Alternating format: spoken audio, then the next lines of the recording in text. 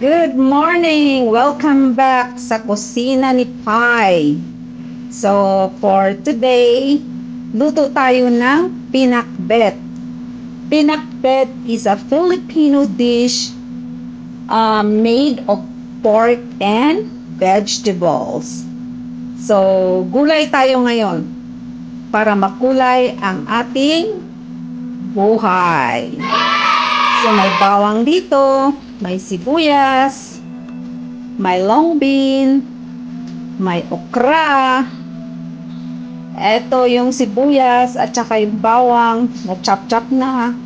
Ready to use na siya. And of course, lagyan natin siya ng kalabasa. Ito po yung kalabasa dito sa Canada. No, iba yung forma sa kalabasa ng Pilipinas, pero napaka niya, tamis. Mas tamis siya na klase na kalabasa. Eto, may palya or palya, talong, at lagyan din natin siya ng ginisang bagoong. So, ayan po yung pangtimpla natin, no? Yan, ginisang bagoong. And fresh pork na pangsahog po natin sa ating pinakbet with bagoong.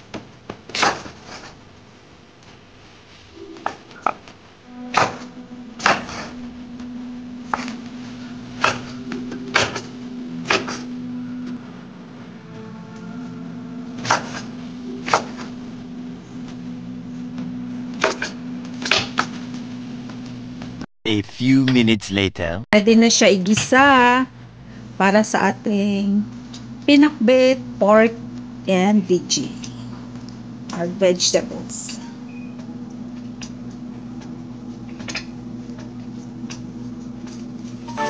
So, unahin muna natin ang sibuyas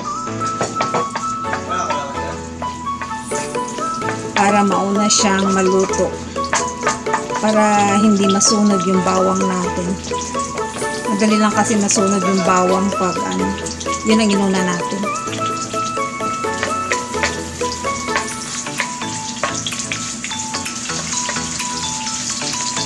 Gulay is life.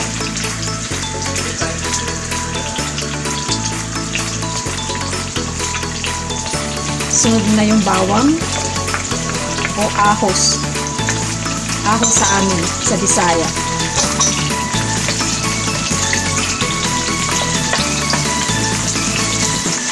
Ganito po kami magluto ng pinakbet sa Cebu.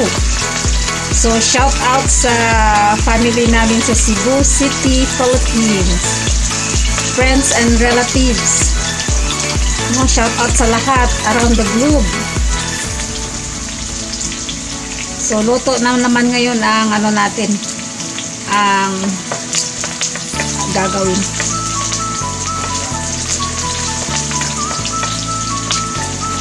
So, gisa-gisa lang, gisa-gisa, hanggang magkulay brown siya. Sunod mo na yung karne.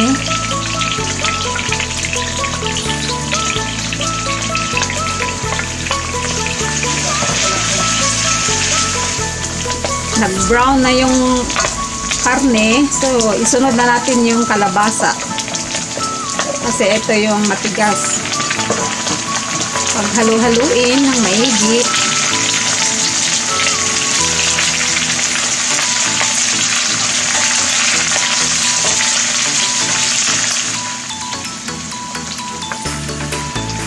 sunod na ang bean.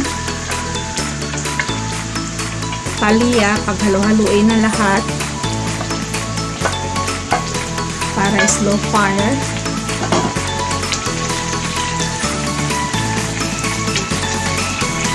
Pinakbet for today.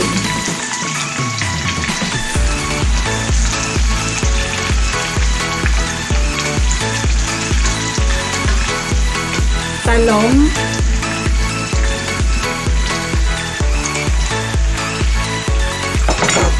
Yum. Okra. Mix na. Mix mo lang. Mix ng mix.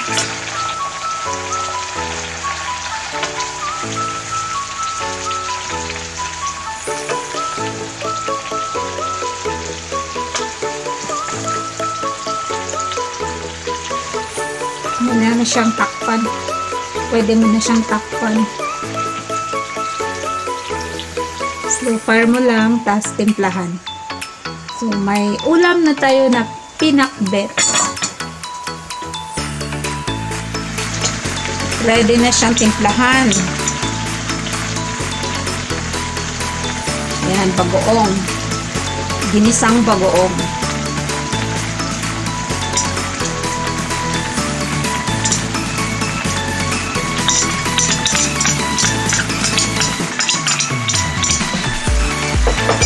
Lagyan natin siya ng konting seasoning.